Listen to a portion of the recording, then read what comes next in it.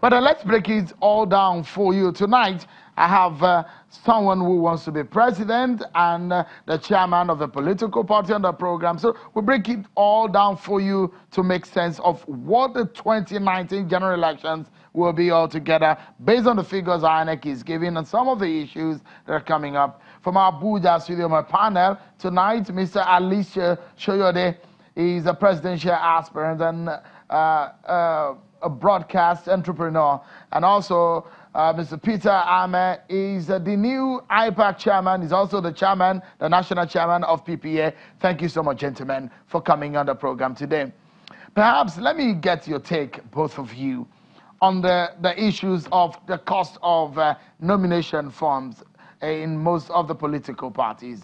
Mr. Shoyode, let me come to you quickly. How does this come to you with the number, the kind of figures that we're hearing from most of the political parties? What does this mean to you? Is our election getting expensive, or is it all right? Well, thank you very much, Mr. Chair, for having me tonight. Without any doubt, it's getting very, very expensive. The ideology of the Yes Party is basically not to sell any form, but for us, for the credible leaders that are available, that are looking for opportunity to contest and to show their talent and give Nigeria the opportunity that they have to develop this country, we welcome them into the Yes Party. So we're not charging anybody, but nevertheless, in any industry and organization as well, there should be a contribution factor to join in a political party, even if one is a member. And so as the INEC chairman has indicated, almost 84 million people are registered in the country. One has to agree that that 84 million basically means there are 84 million potential customers who are looking for product. And Nigeria as a nation has given this 84 million people 91 potential credible product to buy or to select from. And Yes Party is one of them. And as you normally say, yes is a positive word, is a progressive word, but definitely there's no doubt that it's very expensive. And that's why now we're having quite a lot of people moving from one place to another, those who believe that they have the money and they want to spend it. But for new and emerging political leaders and emerging political parties, we don't have the money back.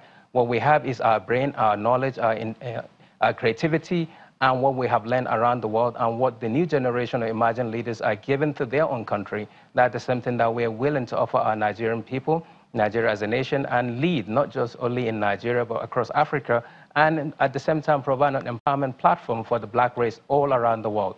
So for me, in Nigeria, politics is very expensive, but what we know we can do, we can deliver, is that definitely we have the creativity, we have the knowledge, and we have the brain to turn around things if these 84 million potential customers are looking to pitch their tent in one of the potential 91 political party registers in the country.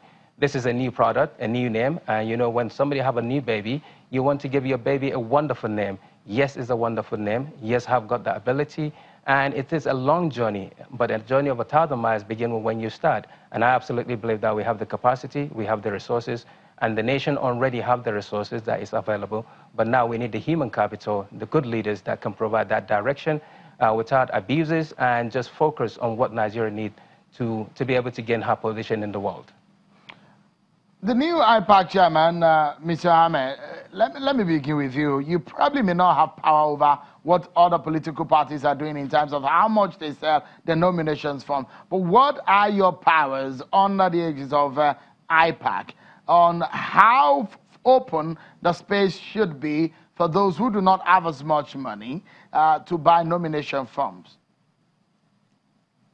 What IPAC stands for is Inter-Party Advisory Council. It's not Intra-Party Advisory Council. And one of the things we do is also advise and also give positive advice on how political parties may be able to carry Nigerian people along. Political parties are not just a vehicle for taking power. They're also a vehicle to be able to educate and carry the people to a destination of their own choice, where there will be portable drinking water, there will not be boreholes, of choice where there will be multiple housing schemes where the ordinary people in the country will get housings and all that.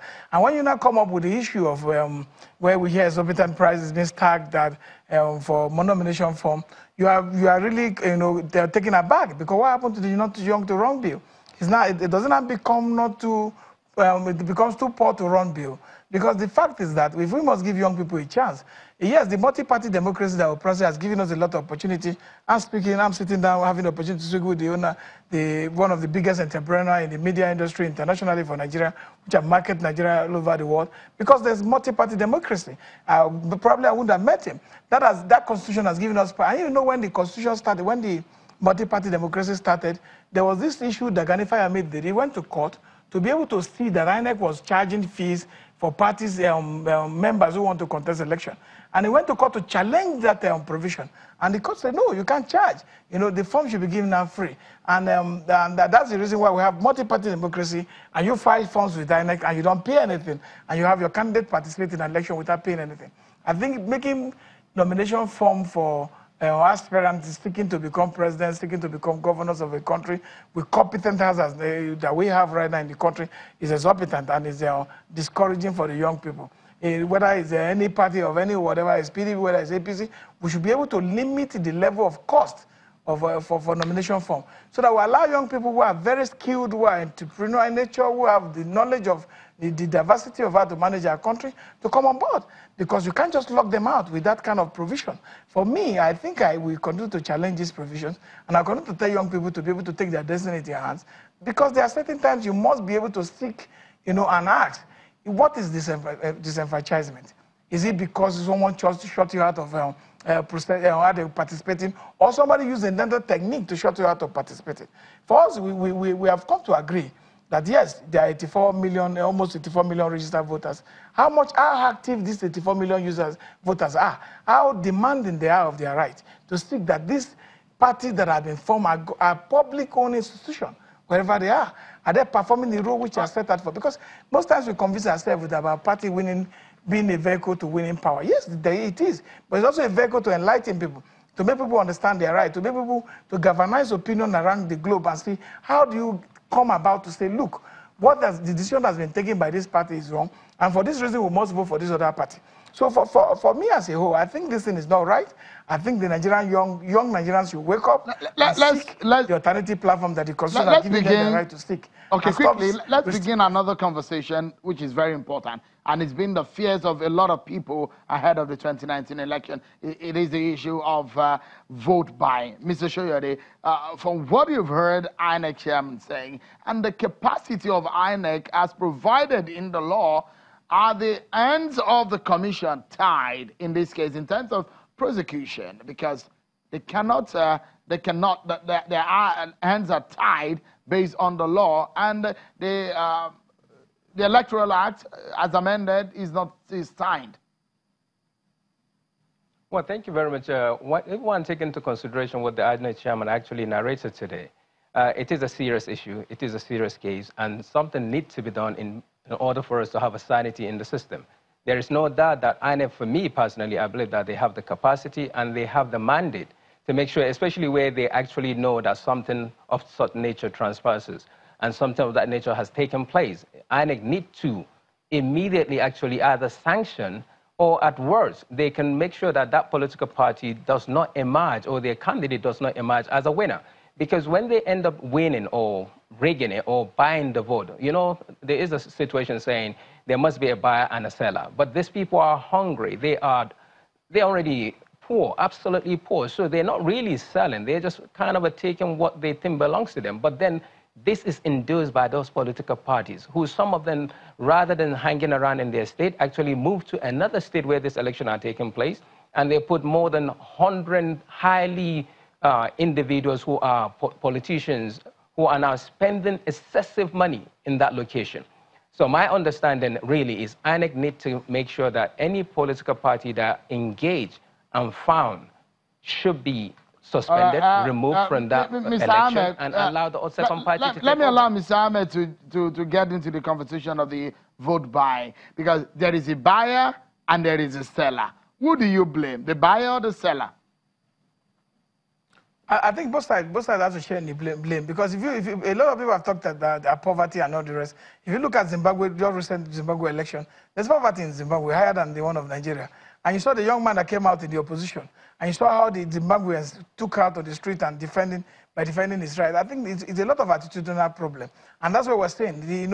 INEC, as is currently constituted, is doing a lot of work. There's so much burden on INEC. INEC has to take care of the legal framework for election. INEC has to go to court to defend those who have been joined in their lawsuit about election that have been lost. INEC has to look for a way to register. INEC has to do delineations.